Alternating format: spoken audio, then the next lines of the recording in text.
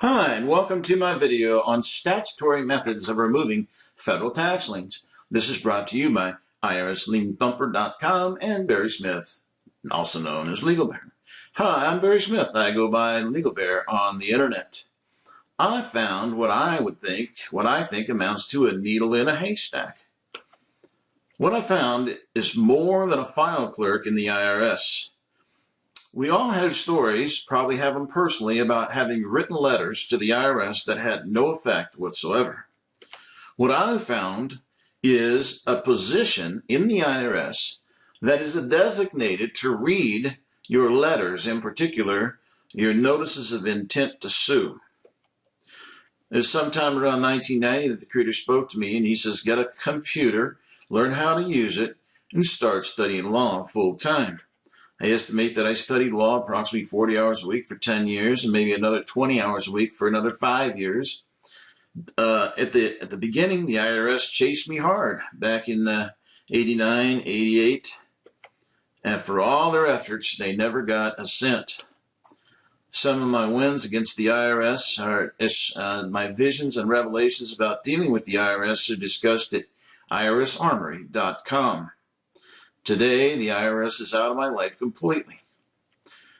It started off when I was studying law. We formed kind of a law group, and we'd all get together and brainstorm about our cases.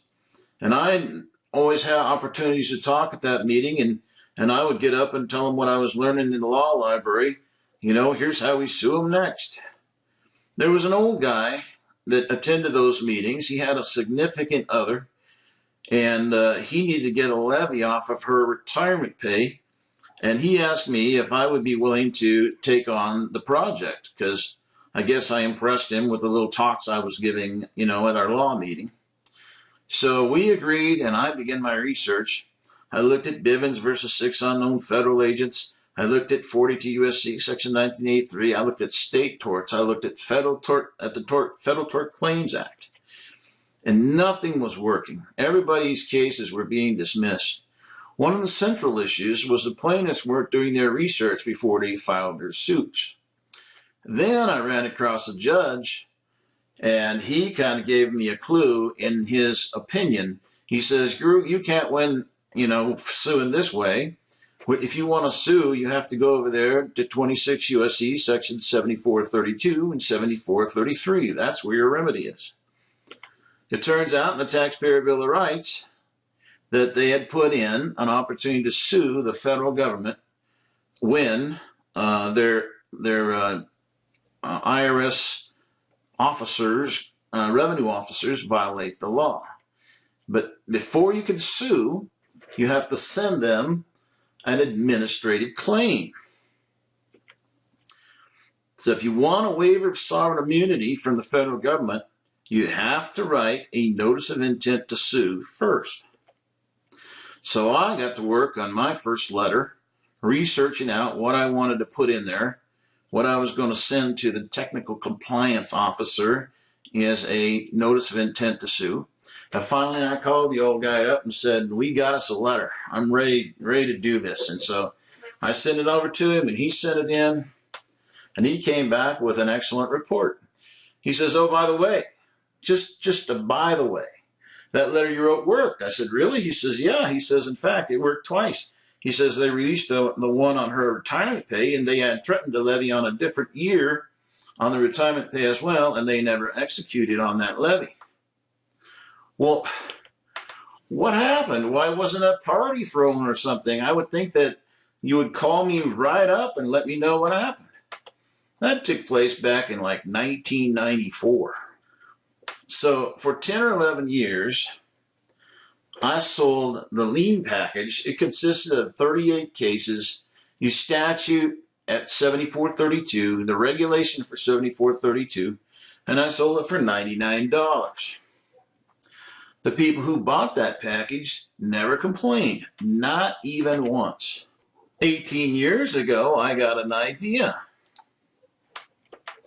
A lot of people have liens to remove, and there was money to be made for helping them do it. So I decided to apply my research skills to enhance and improve the package. Previously, I had not applied myself with fervor to understand how the package worked. I assumed that the section on liens worked the same way as levies. So I looked up, here's what 26 U.S.C. section 7432 says. It says, in general, if any officer or employee of the Internal Revenue Service, knowingly or by reason of negligence fails to release a lien under section 6325 on property of the taxpayer, such taxpayer may bring a civil action for damages against the United States in a district court of the United States. Now, I mentioned previously that I only had 38 cases, and you know what? The number of cases that I have is not much more than that. I'm not sure the exact number. I keep combing through the case law looking for the most recent decisions about this section. But I think, in general, nobody's filing suit, in part because they may not know how. Sometimes that would be the expense of an attorney, but also it could be in part because they're getting an administrative remedy. So anyway, so then that led me, now I've got to know what section 6325 says. And it says this: to such regulations as secretary may prescribe. So we got to look at the regulation. The secretary shall issue a certificate of release of any lien imposed with respect to any internal revenue tax not later than 30 days after the day on which the secretary finds the liability for the amount assessed, together with all interest in respect thereof, has been fully satisfied or has become legally unenforceable.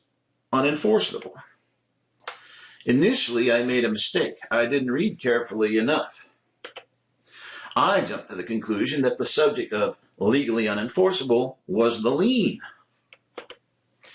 But I'm reviewing cases on section 6325, which are included in the lien thumper package. And I come to this case, Henry Isom. It says there are clearly other methods that a liability might become legally unenforceable. Eureka! The entire liability must be legally unenforceable, not just the lien itself. Oh boy, that sounds like a huge mountain to climb. That must be really tough. It's a big burden to bear.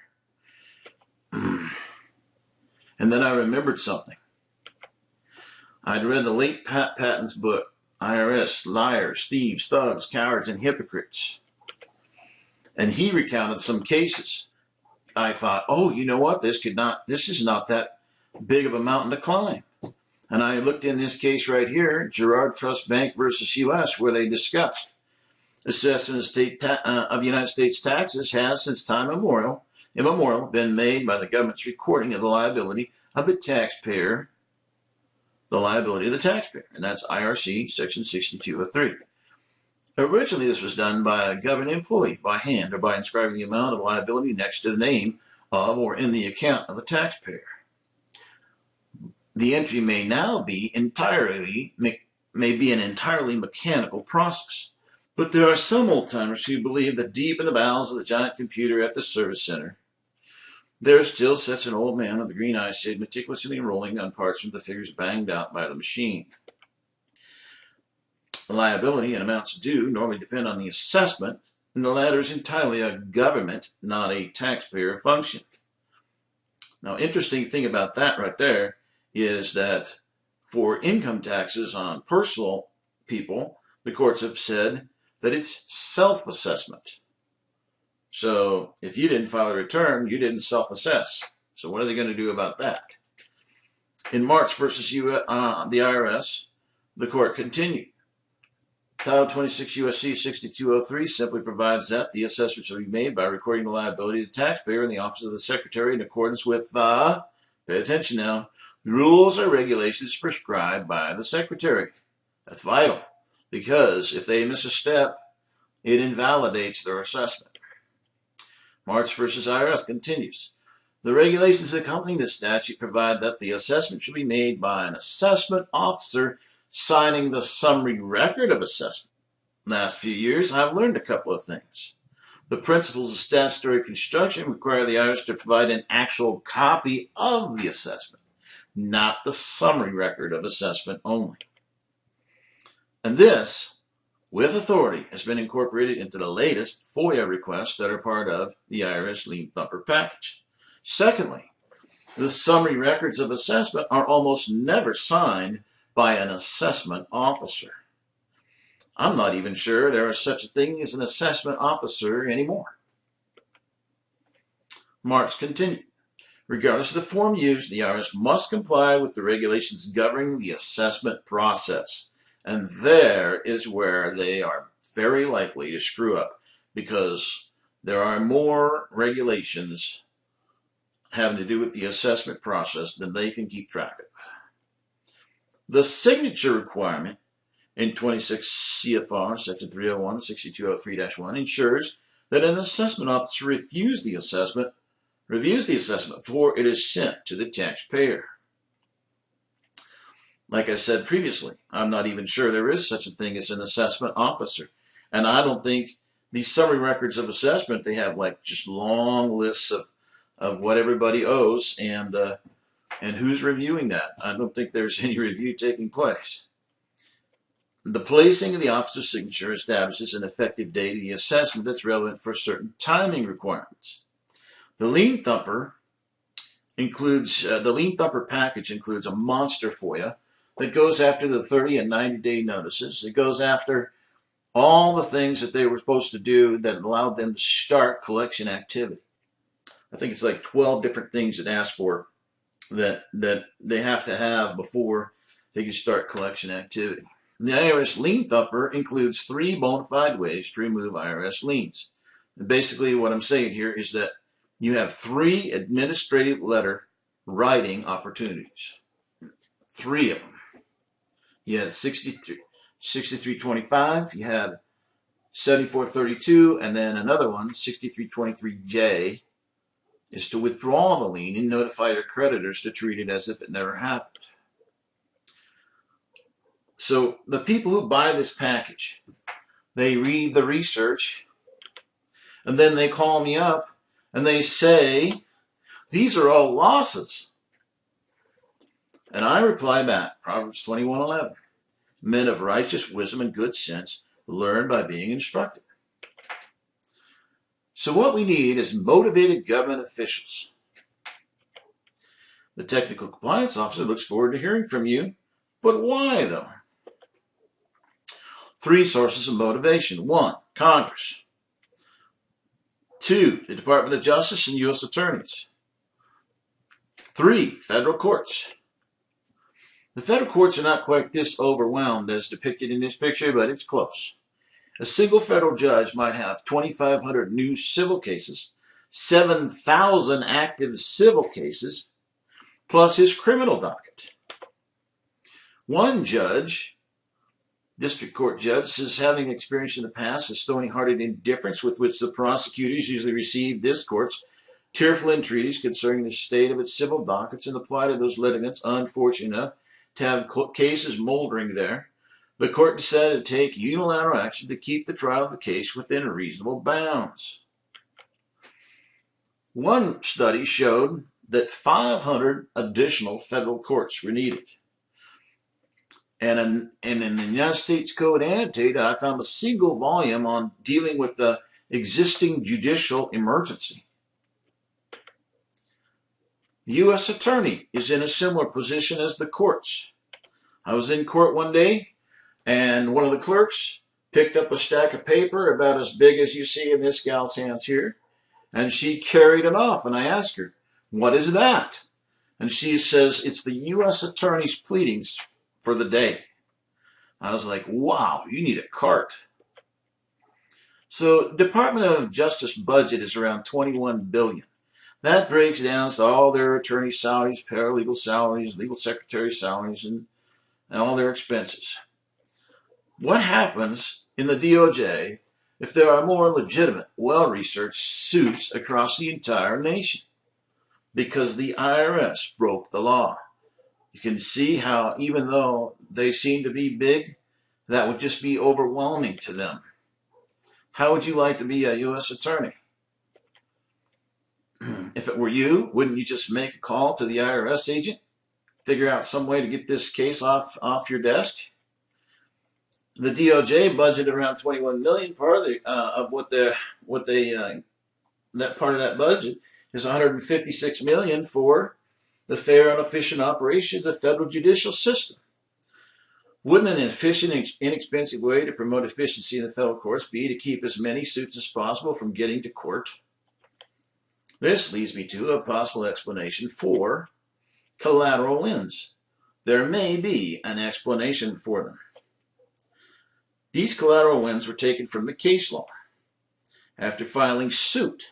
Okay, so this is not the administrative letter program. This is an actual suit filed in federal court.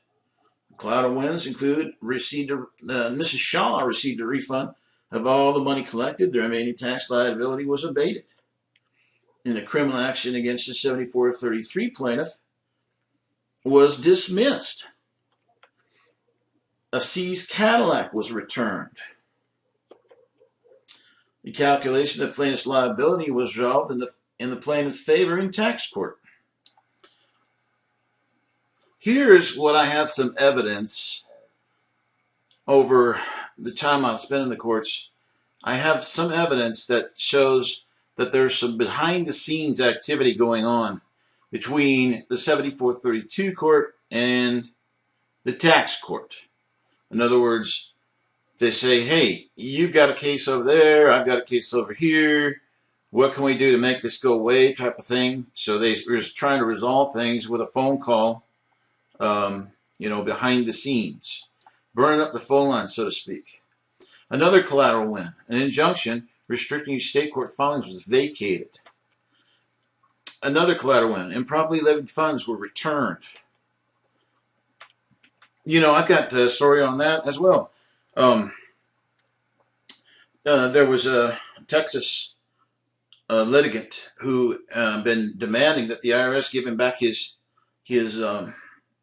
him his refund, and they refused to do it. So he sent a notice of intent to sue, and waited the amount of time he had to wait, and he went and filed a suit in the federal court. And as soon as he filed the suit, the IRS gave him his refund. And then they filed a motion that said the case is moot now because we paid him. And so that was one quick way, just file the suit and they got his check right away. Here's another collateral win. The IRS conceded that an assessment was erroneous. There's that word assessment, right? So there's an admission that it's possible for an assessment to be erroneous and released its liens. So, now we got a U.S. attorney saying, we don't have time for this litigation. Let's just make this go away. And so the IRS says, all right, we will do what we have to over here to stop it. Now, here's something that I think is going on that we can't see. In other words, there's nothing recorded in the cases. I think what's going on is that there are bunches of administrative wins that are happening, and we don't have a record of it in the case law. What they're doing is they're just doing what it takes to stop the lawsuit. And we've been getting the word back over the years that people have been succeeding by just writing an effective letter. In Gandy Nursery versus U.S., the jury awarded $388,500 in damages, $317,738 in costs and attorney's fees, $16,800 in post-judgment interest. So there's somebody that took it all the way to trial. They got some good attorneys working for them and actually won damages. I tried to get in touch with the owner of Gandy Nursery, and he sold the business, and I wasn't able to track him down. So here's what I have to say about that. You don't necessarily have to win the suit to win. I would say that what you need to do is just dress yourself up like you're ready to sue, and that probably should carry the day in a lot of cases. But, if it doesn't, I think you should be ready to actually sue. Don't call me up and say, well, it didn't work, unless you actually wouldn't follow through by filing the suit. At IRSLienThumper.com, got all the research, the sample letters, the statute, the regulation. So, third aspect of motivated government officials. Congress. I think what happened, I've seen over the years, a lot of people have contacted their senator or their congressman with their complaint about what the IRS has been doing. And I think what happened was Congress and Senate both said, let's figure out a way to where we could stop at least part of these people from complaining, at our office. So we'll pass a bill that'll make us feel better. And because dealing with IRS complaints from their constituents makes them feel bad. And I think their instructions to the compliance officer are, you do what it takes to keep them from suing the United States. In Butts versus Economu, the Supreme Court said the following in Justice Rehnquist, Stewart, and Stevens concurring in part and dissenting in part opinion. They said the Secretary, that's talking about the Secretary of Securities and Exchange Commission, I think it was, will obviously think not only twice but thrice about whether to prosecute a litigious commodities merchant and have a timorous is timid, showing fear or hesitancy, reluctance to prosecute individuals who have a reputation for using litigation as a defense weapon. So you are going to get yourself, if you start talking about, doing notices of intent to sue and stuff, you're going to start to get into this class, and I think you can make the IRS be timorous toward you. Now, I also heard this, and according to George Gordon, a successful litigant, a judge told him the way to cause officials to leave him alone was to sue them each and every time they harassed him. This has been my experience. I sued a judge in a Colorado municipal court. I sued their cops twice. It cost them thousands. And all my cases were dismissed. In other words, I didn't win a single case. I was the loser as the plaintiff. I got stopped in that city by the police. They came back and told me, no ticket for you. I think what happened was that they go, this guy is litigious. And so we're just not going to interact with him in the courts. I got stopped again 60 miles away. An officer that didn't know me told me, I've never been sued and I don't want to be sued. So somehow my litigious activities made it into the database, and the cop 60 miles away that didn't even know me found out who I was and what I did. Then I had another instance where I complained to the internal affairs about some activities of some local police officers and ended up with a memo being written that said, guys like Smith are more and more common. They're anti-authority, intelligent, and educated on the law. They're looking for a reason to challenge the system. They know their rights. They expect them to be honored. I think we as officers must recognize these individuals will be intelligent in our handling of them. So they don't own our homes, cars, etc., because they questioned our authority and we got sucked into a power struggle with them. And here's another thought. A constitutional challenge is a concern to government officials because this is what the Internal Affairs Officer also said. Clearly, this is a judgment call, but could be a test of the ordinance had Scott arrested him. See, they don't want their ordinance tested. They want to continue to use it. They don't want it declared unconstitutional. And all this happened because I sued and lost. So once again, I don't think you need to win the suit to win. I think you just need to dress yourself up so you look like you're ready to sue. Now let's review. 26 U.S.C. Section 6325 and 7432 provide you with 2 administrative chances to win by writing a letter. With somebody motivated and designated to read the letter in the IRS. The package includes the addresses where these technical compliance officers are. And the Lien Thumper package is a downloadable package containing the sample letters, case law, statutes, and regulations that provide you with a shortcut to competency. The link to the IRS Lien Thumper package is in the description of this video.